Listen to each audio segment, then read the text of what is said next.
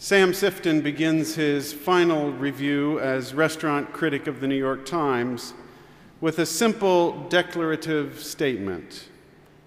So this is the best restaurant in New York City.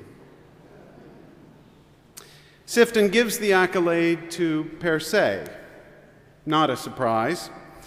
When Per Se opened 7 years ago, Frank Brunei of the Times immediately awarded the restaurant 4 stars, catapulting it to the top of the New York food chain, where it has remained ever since. Dinner at Per Se takes forever. 4 to 5 hours on average. Sifton suggests that you dine with someone whose company you actually enjoy. It also costs a fortune. Sifton warns that you should plan on $1,000 a couple. Actually, if you think about the cost in hourly terms, it works out to about $100 an hour per person. Doesn't seem so bad. It's certainly cheaper by the hour than a plumber, and probably a lot more satisfying. After all, Per Se isn't as much about food as it is about rapture. Here's Sifton describing one of Thomas Keller's signature appetizers, known as oysters and pearls. The appetizer is not food so much as a poem about creaminess, a meditation on brine, a sculpture about the delicious. To another dish, Sifton responds, I ate it silently, as one can do only with friends and family, savoring the experience as I might have a massage or a sunset. If you're looking for an experience involving food that leaves you rhapsodizing about sunsets and sculpture, then Per Se may well be the best restaurant in New York City.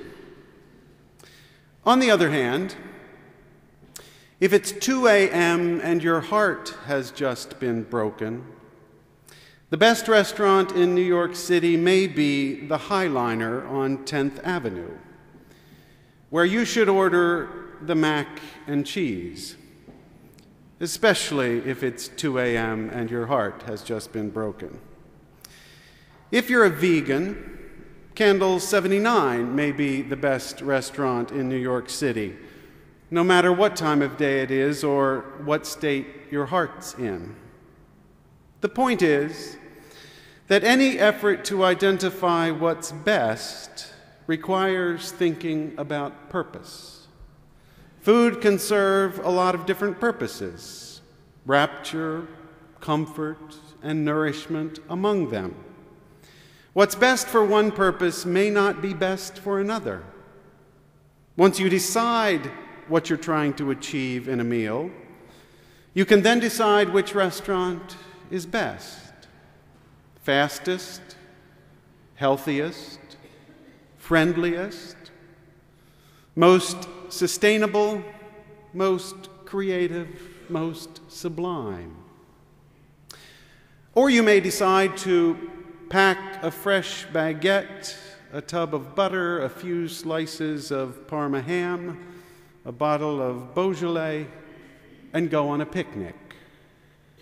Or you may decide to cook at home. When it comes to food, there are many ways to get to best. As it happens, the same is true of religion. Though these days we're not accustomed to having churches reviewed like restaurants. This has not always been the case, however. On October 12, 1874, the New York Times published a review of All Souls and Henry Whitney Bellows, who was minister of All Souls at the time.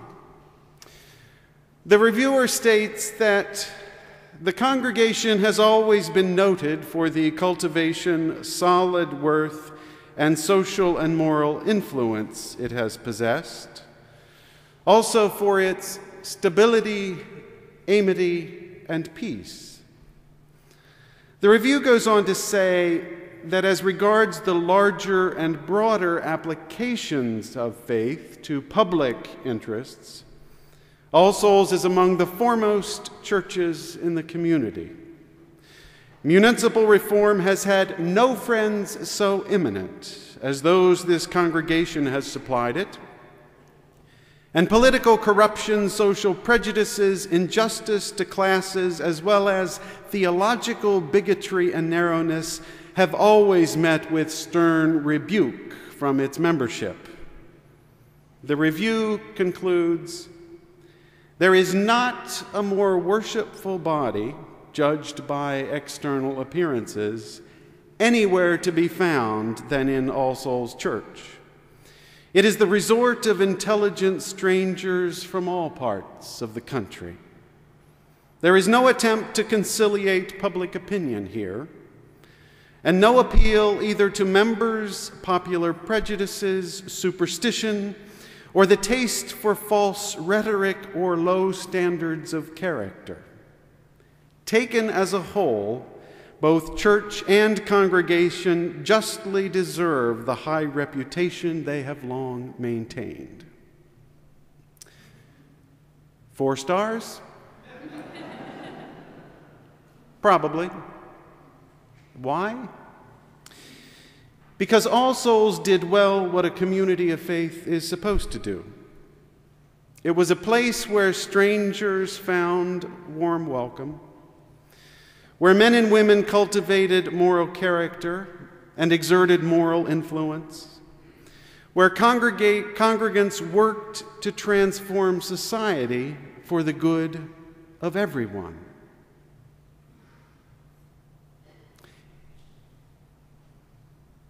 If All Souls were reviewed today, would it be judged the best congregation in New York City? This is a question worth asking for 2 reasons. First, it keeps us from becoming arrogant in the face of our strengths or disheartened in the face of our shortcomings. The truth is that we do some things well and other things not so well. When we look at other congregations alongside ourselves, we see a similar mix of good and not so good. These comparisons become useful when we draw conclusions about what works and what doesn't. In other words, there is such a thing as best practices when it comes to congregations. We can learn from Abyssinian Baptist and Redeemer Presbyterian and Temple Emmanuel and St. Ignatius Loyola and Marble Collegiate, and we should. We can also learn from other large Unitarian Universalist congregations, and we do. Asking what's best helps raise our aspirations. There's a second reason to ask whether All Souls is the best congregation in New York City. By asking the question, we make it clear that it's okay to ask evaluative questions about religion. Some people view religion as a matter of private conviction, and they argue that we shouldn't question other people's religious beliefs, and we shouldn't pass judgment on their religious way of life. Nothing could be further from the truth. While religious convictions may be privately held, they always have public consequences, some of which are better than others. Because religion always happens within a community of faith, these public consequences become amplified, either for good or for ill. What do I mean by religion? The philosopher and novelist George Santayana once said, that the attempt to have a religion without having a particular religion is like trying to speak without speaking a particular language. There is no such thing as religion in general. There are only particular religions, each of which has its own symbols, stories, rituals, and obligations. Each religious community has, or needs to develop, its own unique identity and distinctive way of life. On these terms, religion is the collection of external forms that constitute our way of life as a community of faith. Sacred spaces where we find refuge, music to gladden our hearts, stories to renew our courage, symbols to remind us of commitments we have made, and daily rituals to renew our resolve. From where does religion come? Most religions point to an ancient and supposedly divine revelation. Each has its own, as the sole guide to faith and practice in the modern world. With this approach, only one religion can ultimately be right. Thus, the question isn't which is best, but which is right. Here at All Souls, we try to consider everything we've learned about the past and everything we know about the present as we ask, what is best to believe and how is best to live?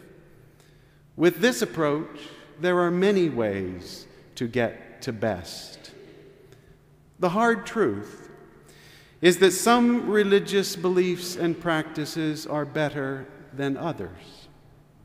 Some are forged by intellectual coercion and maintained by steadfast denial, while others use rituals of shared experience to link the strength of what has gone before to the hope for what is yet to come. As was said of All Souls a century and more ago, religious communities are places where strangers find warm welcome, where women and men cultivate moral character and exert moral influence, where congregants work to transform society for the good of everyone. When people strive to achieve these ends, they strive to embody the best religion. When they do, we should award stars. When they don't, we should rescind them. Being tolerant doesn't require us to tolerate the intolerable. Fighting discrimination doesn't mean we can't be discriminating. Religion should not provide cover for people who champion harmful beliefs and encourage destructive behavior.